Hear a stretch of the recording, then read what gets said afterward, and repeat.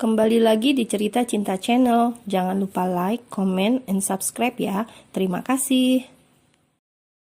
Semakin dikejar, semakin ia akan lari. Gama akan mendekat saatnya nanti setelah urusan perceraian dirinya selesai.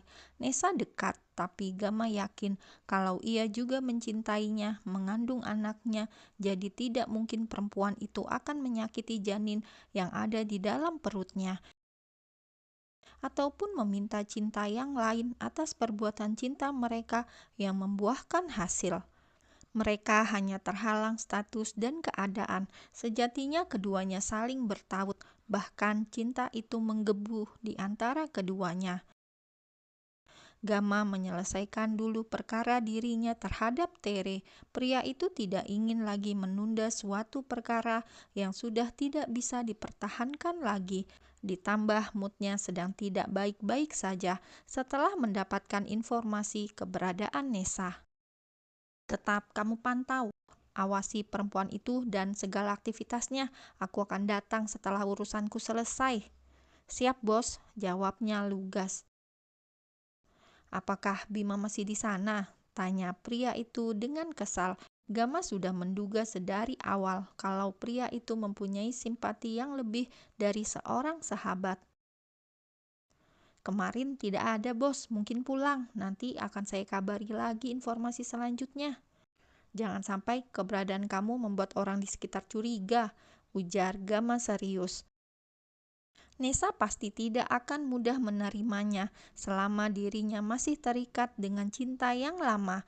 Pria itu harus membuktikan keseriusannya dengan meminangnya setelah urusannya selesai. Selain dengan pengacara, Gama juga selalu hadir dalam persidangan. Lagi-lagi Tere tidak hadir. Gama sudah menduga itu akan terjadi, namun bukankah itu malah membuat jalannya mudah? Saat itu tinggal menunggu beberapa menit lagi memasuki sidang. Sedikit terlambat, perempuan itu pun menampakkan batang hidungnya dengan rasa yang entah dan perasaan yang tak lagi sama, entah karena terlalu kecewa atau memang cinta itu telah tiada. Hari itu seakan menjadi gelap untuk seorang Tere, di mana pernikahannya hancur begitu saja. Ia mulai menyadari hal itu setelah Gama benar-benar merealisasikan perpisahannya. Maafkan aku, Re, jalan kita harus begini. Semoga kelak kamu mendapatkan jodoh yang baik untukmu dan keluargamu. Pasti tidak seperti dirimu yang mudah tergoda. Aku harap kau tidak akan menyesali keputusanmu nanti, jawab Tere dengan angkuh. Tidak akan menjadi cengeng setelah perpisahan itu. Apakah kamu tahu keberadaan Nesa? Oh iya, kamu pasti tahu. Kamu kan pacarnya. Tolong sampaikan padanya. Silakan ambil apa yang dia inginkan.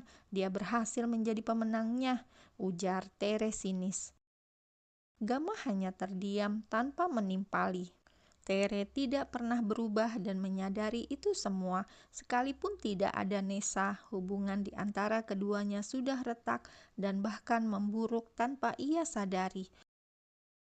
Gama tidak mau ambil pusing, toh dirinya saat ini hanyalah seorang mantan. Ia telah menutup lembaran buku bersamanya setelah 3 tahun menjalani tanpa kejelasan.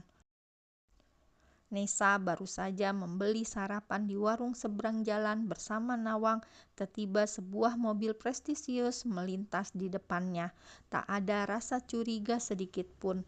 Hatinya lebih siap menghadapi kemungkinan yang akan terjadi di depannya. Nesa juga bersyukur mempunyai sahabat yang baik seperti Bima. Pria itu begitu tulus ingin membantu, namun sangat tidak adil rasanya bila Bima harus menanggung segala perbuatan dirinya yang bahkan dilakukan secara sadar dengan rasa cinta. Aku pulang dulu ya, jangan memutus kontak apapun. Kabari aku jika kamu berubah pikiran. Tetap tenang dan nikmati saja harimu. Semua akan baik-baik saja, pesan Bima sebelum beranjak. Pria itu memeluknya dengan sayang. Maaf, aku harus pulang dulu. Mungkin seminggu sekali aku akan berkunjung, pamit Bima, merasa berat meninggalkan sahabatnya. Terima kasih, Bim. Jangan khawatir, aku akan baik-baik saja, ujar Nesa menenangkan. Cowok yang kemarin itu pacar kamu? Tanya Nawang kepo. Bukan, dia sahabat aku. Kenapa? Naksir. Seloroh Nesa tersenyum. Masa sih kalian seperti orang pacaran? Ngaco kamu, enggak lah, sanggah Nawang cepat. Kalau dia sahabat, aku rasa dia menyukaimu, ujarnya yakin.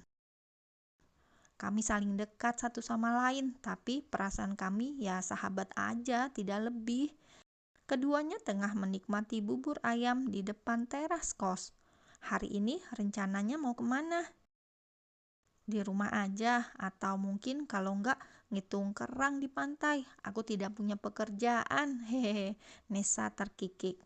Bagaimana kalau nanti ikut aku saja, bantu jualan pakaian di dekat pariwisata? Mau? Boleh, kabari saja. Aku ada ketemu dosen dulu di kampus siang ini. Setelah beres, aku hubungi kamu ya. Siap, ujar Nesa sedikit terhibur. Perempuan itu memang harus punya banyak stok senyum untuk memulai harinya. Nesa tengah duduk di atas dahan tumbang yang terletak tak jauh dari pinggir pantai ketika tiba-tiba seseorang mendekatinya. Seseorang yang sudah tidak lagi Nesa rindukan.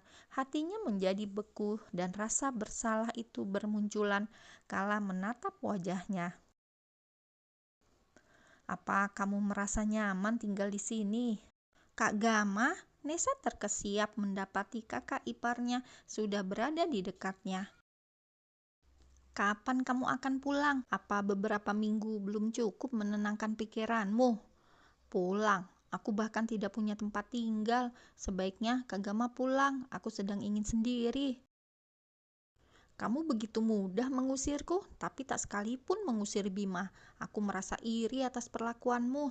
Protes Gama menatap dalam.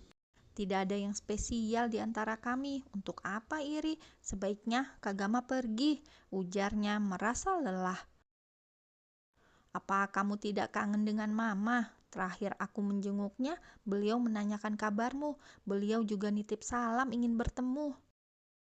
Aku malu untuk datang, walau sebenarnya aku ingin bersimpuh dan memeluknya. Memohon pengampunan, ujar Nesa sendu. Belum terlambat untuk melakukan itu, aku akan mengantarmu. Bagaimana dengan Mbak Tere? Aku yakin dia belum memaafkan diriku. Aku tidak nyaman menemuinya. Nesa belum siap untuk bertemu dengan mereka setelah beberapa minggu ini sengaja pergi memutus kabar.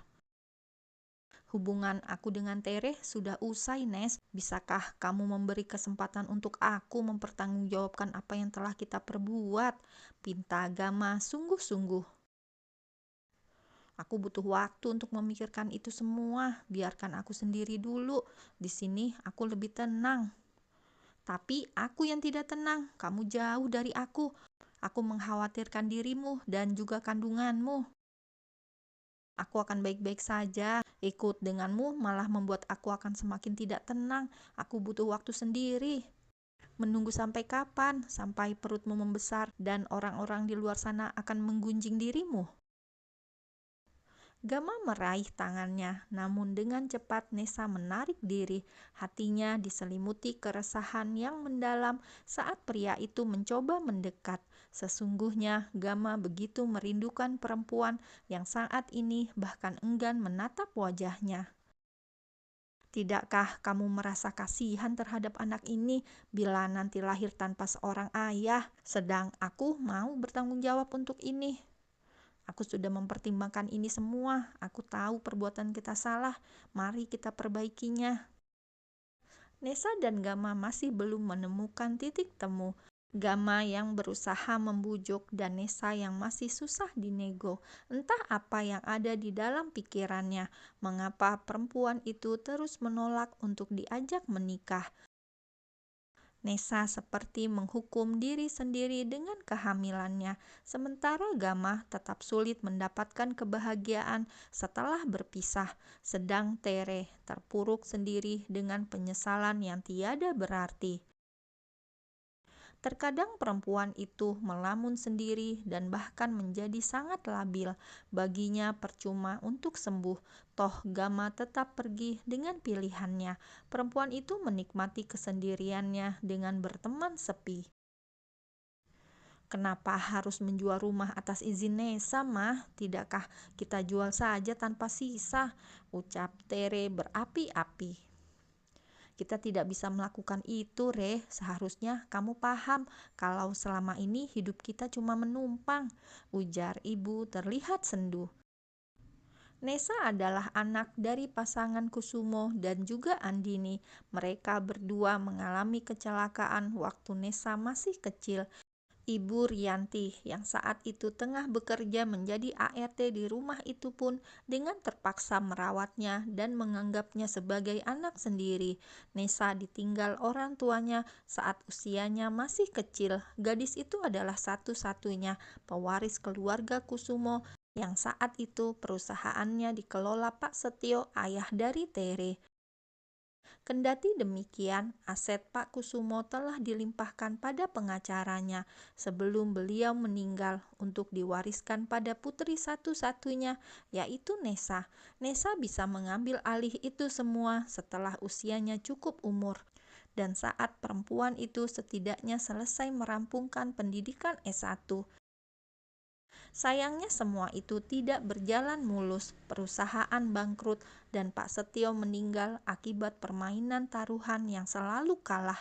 Ibu Rianti menjadi sakit-sakitan semenjak saat itu, hingga menyebabkan perempuan itu bolak-balik rumah sakit. Satu-satunya jalan adalah membawa menantunya pulang ke rumah. Aku sudah tidak peduli lagi dengan anak itu, mah. Aku sangat membencinya, geram Tere penuh dendam. Kamu tidak boleh membencinya, Re. Biar bagaimanapun kalian dibesarkan di lingkungan yang sama. Sedari kecil kamu juga dibiayai oleh keluarga Nesa. Walaupun pada akhirnya Nesa membuat rumah tanggamu berantakan, tapi kamu seharusnya berkaca pada dirimu sendiri yang tidak bisa memenuhi kebutuhan biologi suamimu. Aku sakit, mah, bukan tidak mau. Kenapa tidak ada orang yang mengerti kondisiku? Mama tahu kamu sakit. Kalau kamu merasa sakit, kenapa kamu tidak mencoba berobat sungguh-sungguh untuk sembuh? Mama tidak membenarkan perbuatan adikmu dan juga mantan suamimu. Mama benci pelakor, tapi dalam hal ini kamu seharusnya bisa menarik kesimpulan sendiri. Seandainya tidak dengan Nesa, aku yakin Gama akan mencari perempuan lain jika kamu tidak berniat memperbaiki. Beberapa kali Mama menasihatimu, kamu anggap seperti angin lalu. Apa dengan kepergian Nesa, rumah tanggamu bisa kembali utuh? Tidak kan? Sekalipun kalian rujuk, kalau kamu tidak berniat untuk melawan rasa takut dan mencoba, tentu semua sia-sia. Kalian hanya akan saling menyakiti bila terus bersama. Setidaknya kalau aku bercerai pun Nesa tidak akan menikah dengannya. Aku tidak rela pelakor itu bahagia di atas penderitaan aku, mah. Tere yang keras kepala tetap dengan pendiriannya.